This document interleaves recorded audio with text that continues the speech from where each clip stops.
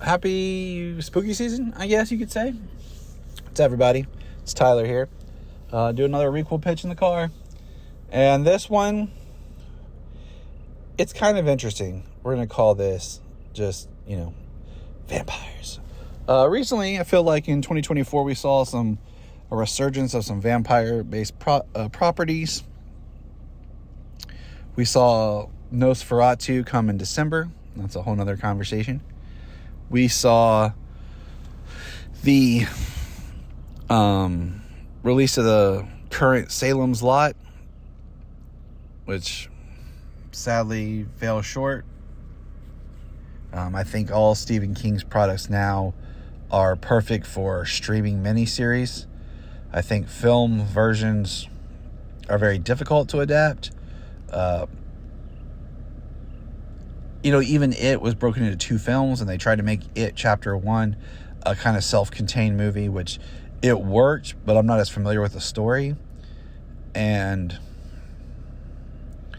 I was a little bit more familiar with Salem's Lot, and the film was just too small to really service that story. But anyways, so Janine and I have been doing a lot of rewatch of different vampire stuff last year, and I've been thinking about, making vampires scary again. I think sometimes they're tricky, but that can be done. And this pitch is not going to be super long, but I got thinking, we were watching good vampire movies, bad vampire movies, stuff, and we watched Dracula 2000, which is a weird conundrum of a movie. And I was doing some research on it. It was a script, then it was updated by Scott Derrickson, then Aaron Kruger, if I remember right. Because the movie that we get is weird because the tone, the way it's done feels, it's that very late 90s, early 2000s, because 2000. MTV-infused generation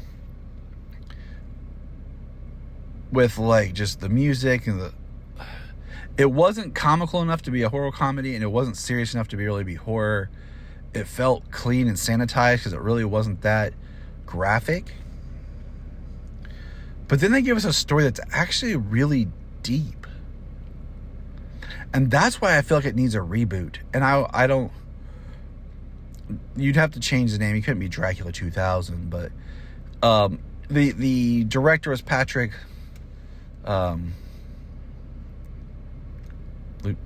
I cannot remember how to properly pronounce his name. Shoot. It's not.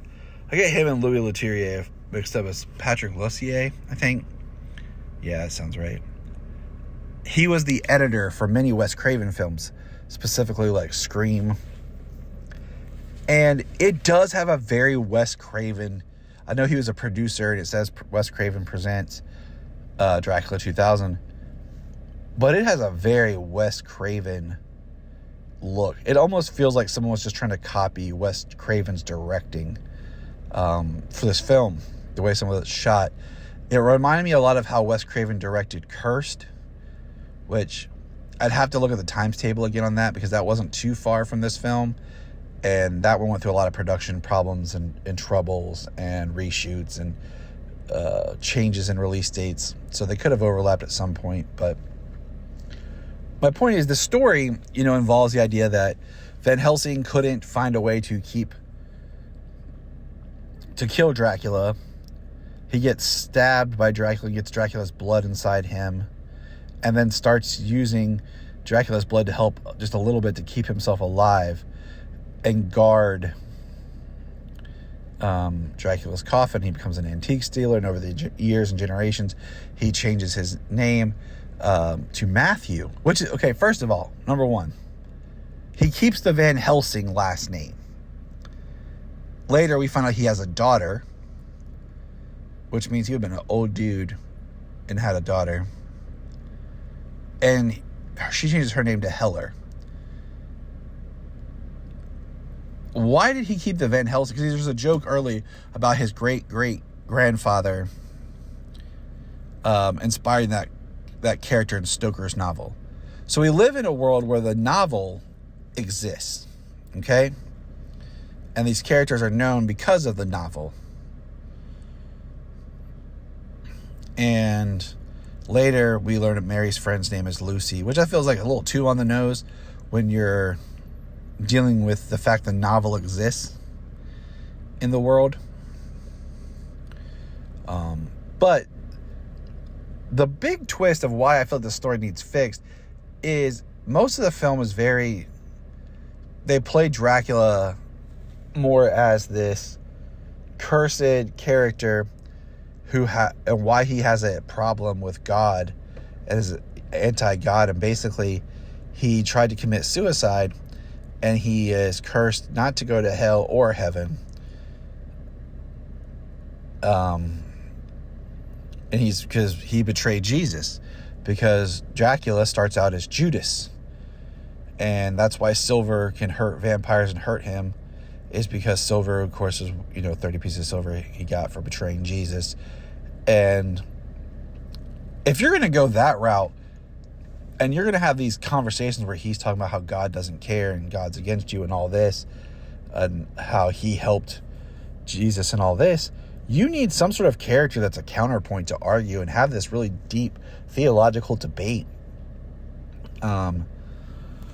Because it could be really interesting, this idea that he's rejected from both heaven and hell and's cursed, and that's why he feeds on the blood of the living. And like going back to the Christian Eucharist, the feast about the life, the blood, and the sacrifice, and everything, and parallels that with Dracula being this character that feeds off the living and condemns and curses them, deserves more care than what this movie actually gave us.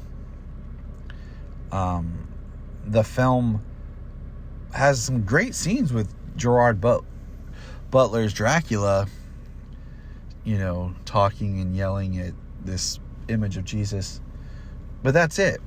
Something where he actually has a character, like if we want to do, like, for keeping in the framework of Van Helsing's daughter, maybe she's a nun or she's a priest herself. It doesn't, we always use in films Catholic imagery because it's so powerful, and you have the architecture, the belief system. It's so much easier than just any other Christian denomination. Maybe she is some sort of religious figure, or a secondary character is a very strong priest, and has these kind of conversations with Dracula. And in the film, it's like he never asked for forgiveness. He just was angry. And she ends up being able to kill Dracula in the movie, which is very weird, by hanging him just like he hung originally and holding him up till the sun comes up. It doesn't make a whole lot of sense unless it's like a psychological thing that he can only die the way that he tried to kill himself in the first place. It was very confusing. It didn't make a lot of sense when they talk about how they've tried everything to kill him before. Recently, previously, Jania and I had watched, not too long ago, the whole Penny Dreadful series. And in the Penny Dreadful series, you find out that Dracula is actually Lucifer's brother, and they were both kicked out of heaven. Just one was to reign in hell, and one was to reign on earth. And I thought that was a little bit more of an interesting take on Dracula. So that was cool. And Jania and I did a Patreon commentary on Bram Stoker's Dracula, which if you go back and look at that, neither of us liked that movie. We think Gary Oldman's miscast, and the whole love story and making Dracula this kind of bleeding romantic heart type thing who turns against God is it's a little far-fetched, because it's a really weird scene how he stabs the cross and blood drinks out and he just decides to drink the blood and yelling. But the idea that Dracula was Judas, and that's why he has such a hatred towards the church, is I think a little bit more of a stronger origin. And I think that should be explored with a much deeper script and stronger filmmaker that can actually have those kind of conversations. Because the movie that was presented was much more of just a basic Dracula film. But anyways, I think that I had pitched before, how I would do Dracula. I pitched the Van Helsing family story, and how I think another way it would be really cool to do Dracula would be to reboot it from Van Helsing's point of view, so that we do not enter the Dracula story until Van Helsing comes in the story. So we do a little bit more background with Van Helsing and his family, and then we are learning about Dracula the same way he is, about what has happened previously. But that's my pitch. It's a great character to kind of dissect, think about. It's a story that's been done over and over, but finding a good way to hold up a version where you can this is the definitive Dracula is very hard. Brian from Gravely Amusing and I did a conversation about a year ago, and we were just talking about our favorite versions of the classic characters, and Dracula is very hard because you have great looking versions or great versions, but the story that they're in are not the best. And I don't think there is that one version of Dracula that just is, this is the best. This is the version that we want to show everyone. When we say Dracula, this is what we mean. It would be nice if there was that, because the story is a horror story. It is twisted. Dracula is pure evil. And the Dracula being, in love with his reincarnated doesn't work. Love, in Dracula 2000, it touches on the fact that Mary has his blood in him, Van Helsing's daughter, so that she is kind of like him in a way, and she has the potential to live forever. They don't really go into all the details.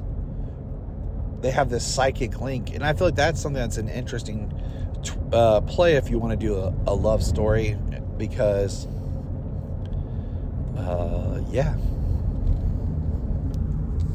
but that's my pitch. That's my thoughts.